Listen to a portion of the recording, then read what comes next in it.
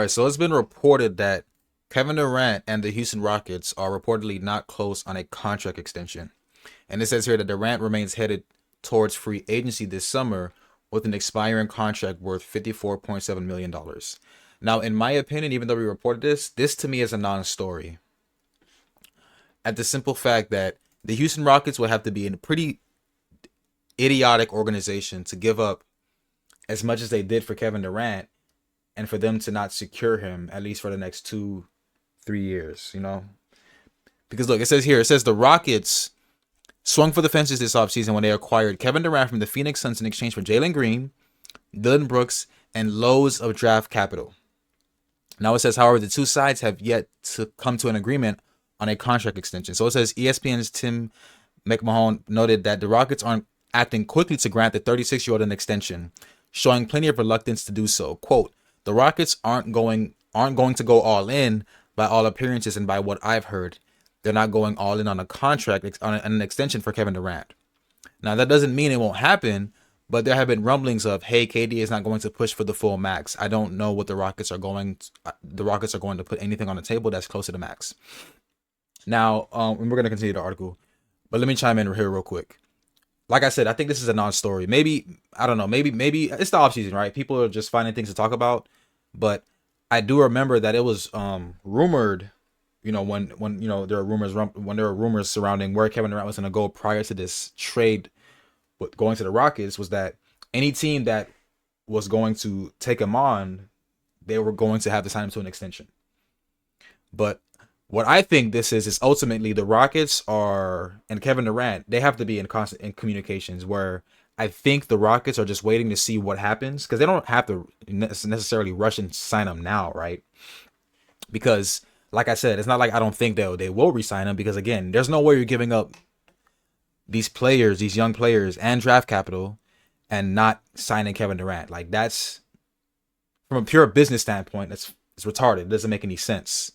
So that's just how I feel about this. So it says Durant is eligible to earn a lucrative extension following his trade to Houston. It says the 15-time All-Star and former MVP will make $54.7 million next season in what is the final year of his current deal. He is eligible to sign a 2-year extension worth roughly $119 million. God damn, bro. Getting the bag. It says here, Durant is still a top-tier player in the NBA, even at his advanced age. He averaged 26 points per game last season, shooting 53% from the floor and 43% from three-point range. Like that. And this is post Achilles KD, by the way. Giving your favorite player 26 points a game. Like, don't sleep on him. But it says the Rockets will look to secure Durant for the long term after giving up valuable assets to acquire him, which any person with a brain knows that this is a non-story, right? But we're just gonna talk about it. But it says the team enters the next season as a potential title contender in the Western Conference and will look to maximize their newfound championship window. So if you're this deep in the video, thank you for watching. Make sure you like and subscribe. Also, my Instagram handle is Beba Unlocked. We also have Beba Unlocked TV. Follow me on all socials. But you know, yeah, man. Like I just don't foresee the Rockets not retaining Kevin Durant or extending him. But question for the audience: do you think the Rockets, now obviously they're legit title contenders, but do you guys think that they can make a serious push in the West? Let me know in the comment section. But we're gonna end this video with a reaction to AM Hoops, who dropped a video titled "The Rockets Just Refused KD's Demands." Let's see what he had to say.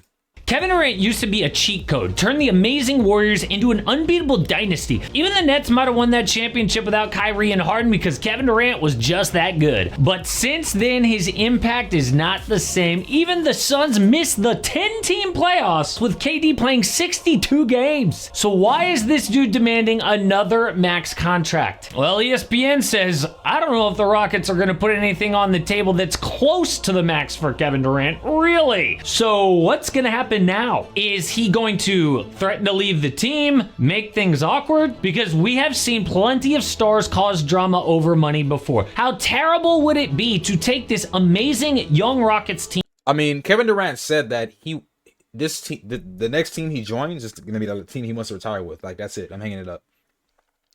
So I'd be very surprised if this turns into a problem over money. I'd be surprised. Team and ruined the whole thing over a KD contract dispute. And before you say, that won't happen, KD's max is 2 years, $119 million. Because he's over 38 years old at the end of the contract, the longest he can extend for is 2 seasons. The Rockets, though, have a habit of playing hardball with their players, but the risk here is pissing dude off. I mean, everybody assumed that whoever won the KD trade would have to extend him, and that includes KD himself, but the Rockets have no plans to give in to his demands. Now, in the past, we've seen a guy like Jimmy Butler show up to training camp and make things uncomfortable. He showed up late for the Heat, said all the right things, but within a few months was making noise about being traded. Oh, but KD's never done that before. You're right, except he's never had to negotiate a contract before. He's always been just given the max, no questions asked. The one exception was a little pay cut on the Warriors for a short 2-year deal, but how will he react if the Rockets offer a lot less like that report said? Well, we already know that KD is a guy who's not afraid to speak his mind. Just last week, he got into yet another Twitter battle with a random fan. By the way, do not type in Kevin Durant Twitter battle into Google. You'll get like 10 different answers. But this one was 2 random. I mean, my thoughts on Kevin Durant engaging with fans on X. I mean, he's a grown ass man. He can do what he wants. Like, it is what it is. Like, yeah, it makes him look a bit, to many people, it makes him look soft. But the man's just responding to people. Like, I don't see a problem with him being as engaging with fans, because obviously, and I think it's a big thing for people, because not a lot of the top NBA players actually do what he does. But fans debating KD's all-time ranking. One guy says he's nothing without Steph and the Warriors, so Durant jumps in and a fan says, hey man, get off Twitter for your mental health, which is clearly in a bad place right now. And I kind of get that. Dude is just searching his own name to argue against fans at 5 a.m. They didn't even tag him. He's searching his name. So KD says, how do you know where my mental is at? Then a fan says, well, where will your mental be on opening night when you watch the team that gave you... Damn, does this guy hate KD? Yeah, AM Hoops? Why you hating on my dog KD? everything, raise a banner after you left them high and dry? Ooh! See, the NBA savagely scheduled the Rockets at OKC Game 1 ring night. So Kevin Durant's gonna have to stand there and watch his old team raise a banner in front of him. Total burn by that fan, to which KD replies, finally, it's been 10 years, about time they win one, LMAO. Wow. Now later, Durant said, I was just joking. But dude clearly is not afraid to speak his mind and make things uncomfortable. A contract situation could get ugly. That's a lot more than just words on Twitter. So why are the Rockets gonna risk this? They knew that if they traded for Kevin Durant, of course he's gonna want a max contract. Everyone knew that. Are they stupid? Actually, just the opposite. I would argue, under GM Rafael Stone, the Rockets are the best run franchise in the NBA outside of Oklahoma City. Why? Because the Rockets get young players to take team-friendly contracts left and right. Alperen Sengun, he said, oh, I want my max, but he signed for 5 years, $185 million, a good $40 million below his max. Got Jalen Green to sign for just 3 years instead of 5. Jabari Smith Jr. is only going to make about $24 million per year, which is a bargain. In these days of all these young players overrating themselves, somehow the Rockets are able to squash that. Veteran players buy in too. Fred VanVleet just restructured his contract to give Houston more flexibility. Dorian Finney-Smith left the Lakers for 4 years, $53 million, but in the fine print of that contract, only 2 of the years are guaranteed.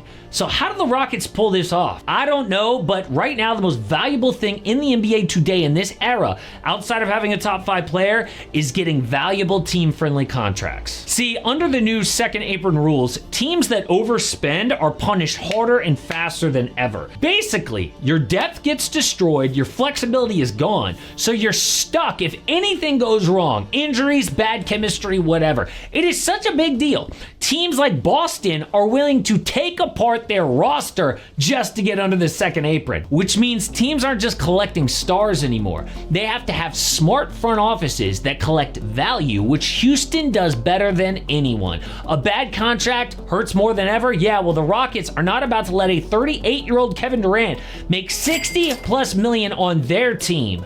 But didn't KD know this before he got there? Why was there that? And that's my thing. I think that's the question. And there's no way you can convince me that Kevin Durant joined the Rockets without some semblance of like a confirmation that, yeah, we'll extend you. Because I'm pretty sure they're aware of his current contract with the Phoenix that they're taking on. I mean, next summer he'll essentially be a free agent. So video of him being so excited to become a Rocket? Well, yes, obviously he likes their young roster, he likes their coach, but also because dude had leverage. See, because Durant's on an expiring contract, the Rockets would be stupid to deal assets and then not extend him, because they would risk losing KD for nothing and wasting everything that they traded away. But it turns out KD's leverage is not as strong as he thought it would be. The first reason is what the Rockets had to trade to begin with. Out was Jalen Green, Dylan Brooks, that number 10 pick, and seconds. In Kevin Durant and Clint Capella. Jalen Green, the most valuable thing in this trade, was really a number 2 overall pick who never lived up to expectations. Dylan Brooks was definitely good for defense and toughness, but the number 10 pick, I mean, the Rockets didn't even have time for the number 3 pick last year, Reed Shepherd. What were they gonna do with number 10? So they didn't give up all that much. Now, even if KD does leave after 1 year, the Rockets still have so much to use to replace him in a big trade. They control the Nets pick. you're not replacing Kevin Durant. At least not now. You're just not.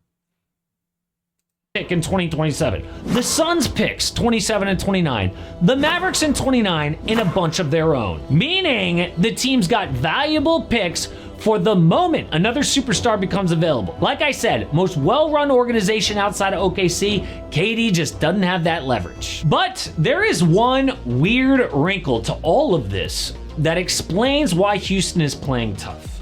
They've got their sights set on 2027, and you can tell by looking at their salary books. It turns out the Rockets only have 5 guaranteed contracts on their books for that. Okay, so whereas 2025-26 season they had, okay, so they only have 5. Wow, only have 5 guaranteed contracts. Summer. They plan to use that money on a superstar free agent that summer, or pay Amen Thompson what he's worth if he continues to be elite. I mean, look at Jabari Smith Jr.'s contract. It weirdly like dips down in the summer of 2027, then shoots right back up again. You never see that. It couldn't be more obvious that the Rockets are planning something huge for 2027.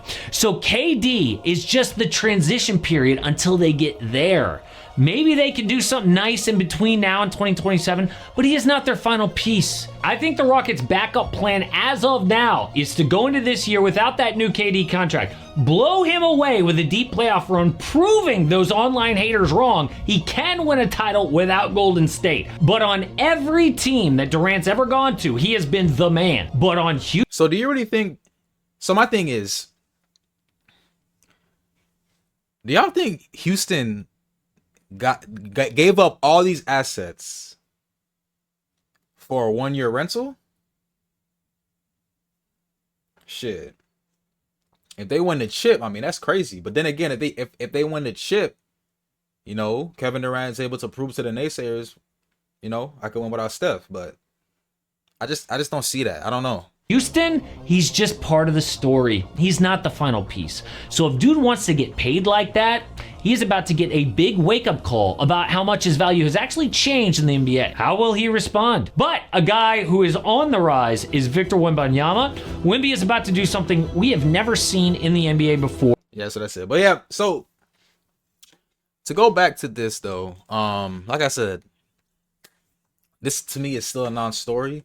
But again, this is the NBA, man. Shit happens. That's unexpected. I mean, fucking, we just saw this past season, Luca getting traded from the Mavericks to the freaking Lakers. So crazy shit happens. But I just don't see it happening, man. But let me know what you guys think about this. Is this something to, excuse me, something to be concerned about, or is it a non-story? Let me know what you guys think.